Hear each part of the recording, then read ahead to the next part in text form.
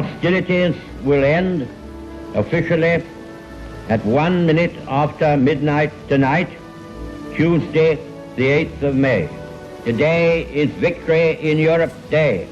So this Friday is VE Day. It's the 81st anniversary of VE Day. And I've come down to a very special gentleman's house, Ray Fricker here in Tameside. Ray, nice to see you. Hi, nice to see you as well, Mark, yes. On a half-decent day. Yeah, it's a bit cloudy, but it's getting there. At least we've got the sound of running water. We'll be running to the toilet ourselves in a minute, I think. Absolutely. You are... when it comes to things like war and things like this, you're like a walking encyclopedia. I am a walking encyclopedia, yeah. It's took a lot of time to get it, but I'm just hoping I don't start losing my memory because I think it's starting to go, so I've got to get it all in quick. There's that much stuff I've got. I find it quite hard to remember because there's thousands of pieces in there. Sometimes I don't see stuff in there, and all of a sudden, oh, God, I forgot I had that. Oh, what year was that from now? Oh, right, I need to look up on that. So you really need to be on the ball, especially when buying stuff. I mean, I go all over the place to buy stuff. I buy stuff from all around the world. I chase it. And when I find it, it goes into the special room, which you've seen. It's all history, isn't it? It's all history, and you can't, once it's gone, it's gone. It's not coming back. You've got to look after it. Other people will be here. When I've gone, this will be going to somebody else. Somebody else's job, that. And good luck with it as well, as I can say. It's not easy. Going back a few years, what inspired you to start collecting war memorabilia? Right, well, it started off when I was a kid.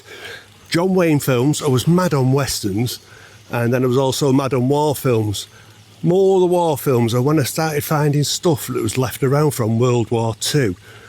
I just got the bug, and I couldn't stop. And I'm at it even more now. When I was a kid, it was different. It was free, and I found it. So we all had a gang. We all had his hats on and his jackets and military gear. And then it just sort of passed over.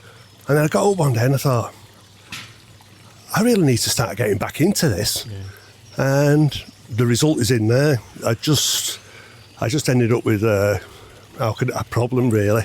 I couldn't stop myself buying everything I seen.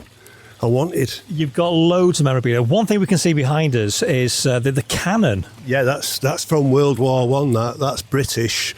That's a mortar that had been buried into the ground. There'd been about 50 to 600 of them all in a line. They'd fire gas or fire. That still works. Obviously, I haven't got the canisters to fire the gas, but I can make it go off with a bang. It's quite easily done. It's all safe. It all has to be checked and done right. Everything with explosives, weapons, and everything, you've got to check.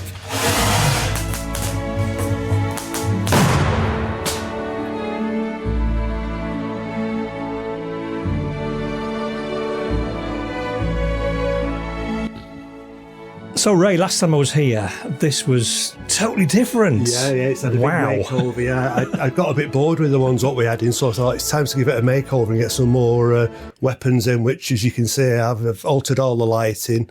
I've moved a lot of stuff around, moved a lot of stuff out as well because I was running a bit short on the old the room. I think it's an extension next. I was going to say, there's more here than the average museum. Well, so yeah, there's better stuff here. Let's look at some of the weapons we've got here. I mean, these are remarkable. How long, how far back do we go with these? The whole Second World War, every one of them, all from the Second World War. Yeah, there's Russian guns, there's American guns, there's Italian guns. And they're in absolute lovely condition. They don't come to me in that condition, and people say, oh, you shouldn't really do anything with them. But when they're in a really bad state that you can't show them and they're not safe, then it's time to do something. So they've all had work. You can't really tell. If I showed you pictures of what they looked like before, you'd say, no, it's not the same weapon, that. But yeah, they've all been stripped and redone. And the thing is that these are originals, aren't they? All original, yeah. Everything you see in here is original. There's nothing in here that's pretend, apart from perhaps one or two little things which don't even really matter, really. It's just to show the people some things you can't get hold of. So perhaps they have to have them made up. And you have to do this sometimes. Museums do it. They do it quite a lot. Half their stuff's in boxes. You're looking at the pretend stuff mainly. Well, you can always tell when it's original stuff. It's always behind thick glass and you can't touch it. In here, they come and touch it and they look at it and, they hold it. It's great to have you guys round and let people see this sort of thing because it should be seen. I just wish somebody would come and do a documentary on it. It'd be great fun, that. So we've got American helmets, we've got British helmets, We've got the German helmets over there. We've got a Swiss helmet here. This is a flak helmet, this. It's from the Navajo. It's got the Navajo sign on for the Americans. So that would have been in a gunship. This one's a Tarkus helmet off a deck of a Navy ship. So they're wide like that, so you can get the headphones in and you can hear what's going on. These are the same as stop the shrapnel getting in at you. And also you'd have mics up in here so you can talk to the captain and, yeah, we've all got control of it to know what's going on. It's very good how they designed helmets. I mean, that'd have been no good in a plane. That's ideal. You know, there's thinking got into it. It's brilliant. When you look at this old bike as well, I mean, you're going back years and years and years. Yeah, you don't the attention to detail on these. Yeah. This was a wreck again. The chain wouldn't move, the brakes, the paint had all gone. Spent a day on it, got it all back up. It rides now. I go up and down on the street on it sometimes. I've not got to Tesco's on it yet. I don't know I don't think I'd make Tesco on it. I'd have to put an engine in it.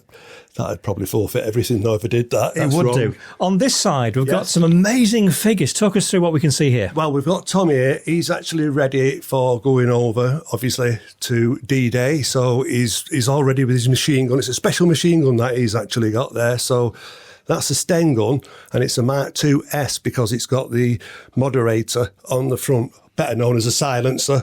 Quite a good weapon, actually. SOE used them. There was a good close combat weapon. So if you're going indoors and you didn't want to be heard, that's the weapon you take with you. Wow. Yeah, so he's got his map and everything. He's all ready. This guy's already been there and come back a bit injured. This is George. He's an ex-pilot, Spitfire. He got injured. When you look at all the equipment they carry around with them, so heavy as well, isn't it? It's very, very heavy. I mean, he's got his pouches on for the Sten gun, so he'd have been feeding a Sten gun. He had his own ammunition to carry. He's got his gas mask to carry. You know, he's got loads of weight. He's got his maps there. And the weather, I mean, you're coming out of water. He's probably been soaking wet. Try running in that. It's virtually impossible. Mm-hmm. Sticks to you. Yeah, it was hard them days. Yeah. As we move around the room, we've got the old telephones here. Yeah, the telephone. Yes, that's a lovely Bakelite telephone, original. Shame it don't ring anymore because Telecom decided that, you know, we're all going on the internet. But I will get it working. That's just another thing to overcome. I'll sort that out. That's no either. And this here, I'm intrigued by this. This is an ashtray, but there's a little bit of history behind this one. Yeah, it's from the Houses of Parliament when it got bombed in the 40s. And what they did with this is, out the brick, what was left of it, they decided to make ashtrays, sell them, and put it towards the fund for the bombed people. So, yeah, it's, as you can see, it's never even been used. It takes finding this stuff, man, honestly. It just doesn't come in a box. Where do you find them, Ray? I have to rummage around the world for everything. Everything. Nothing comes from here, mainly. It's from abroad, from Germany, from Russia, you know. It's from all over the world. I find some on some fairs where I go, like, obviously they have places where they sell militaria. They're expensive at times. Try not to do anything on them, but it's just finding it. The fun's in the find. Yeah. You're racing to find it. You find it and then you want it and you've got to get it back. Yeah. And, of course, finding original stuff as well. All original, yeah. It's so hard to find these days. I've even got a bit of the Berlin Wall here. Genuine Berlin Wall. Wow. Things like that sneak in. And I think it's a piece that should be in here. That's amazing. It just saves history, this room. That's all it does. Wow. On the back, we've got more ammunition, more guns. Yes, we've got more weaponry here. So we've got an old German one at the top there, the K98. That's how I found it. Obviously, it was rotted out, but I've managed to make a display of it. Nothing works on it. It's all seized up. But there it is. It's there. It's not rotted. Then we've got the Sten gun, which is the same as him.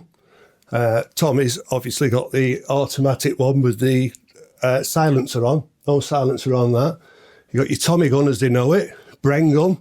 And that's a nice piece of kit. That's British. So if you look at this, it's been customised. That's how it used to look. Mm-hmm. So now that fires grenades. So it has a very high charge explosive round. Put the grenade in this side and off she goes. You won't shoot it from your shoulder, it'll take your spine out off the floor. Bang. Yeah. training rifle, and then the 9mm German, which fires. I use that on displays. Mm-hmm. But I think you've had enough shocks for today, haven't you, with that first one? Yes, it was. That was not prepared for that one. On the back wall, more helmets and what's the story behind this hat here? This is the one in the middle. Yeah. So this is an SS cap. This one. All these other ones are from Normandy, off every beach, all the different beaches. Apart from this one, this is World War One. This was from the Somme, but all these are finds off Normandy, off D-Day. All D-Day gas masks and helmets.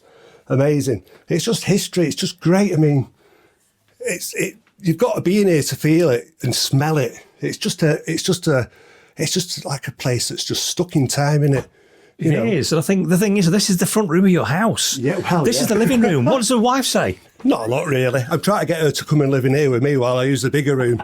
But yeah, I think I'll settle for this. Enough's enough. I mean, I've gone that far now. I don't think I can go any further without actually taking more stuff out and putting it in stock and putting other stuff in. But it's just getting harder to find it now. And it's just getting too hard to stock. I mean, if I want to take the two guys out, where do I put them? I won't fancy them in the bedroom looking at me every night.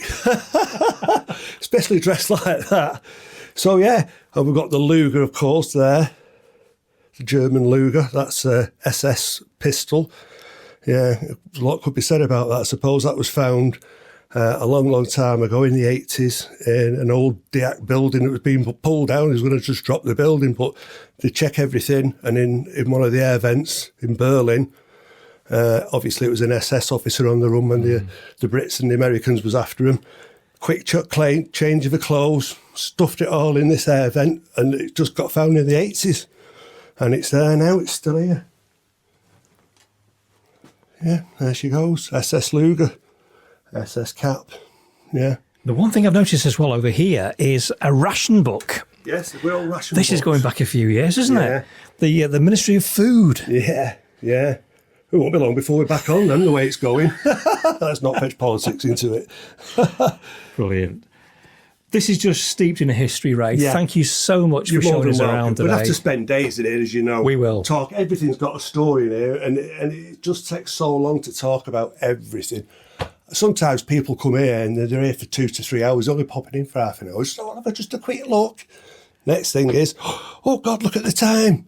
And they're still not even seen half of it or heard of stories, you know. Before we do anything else, time for a brew. That sounds like a plan and a biscuit.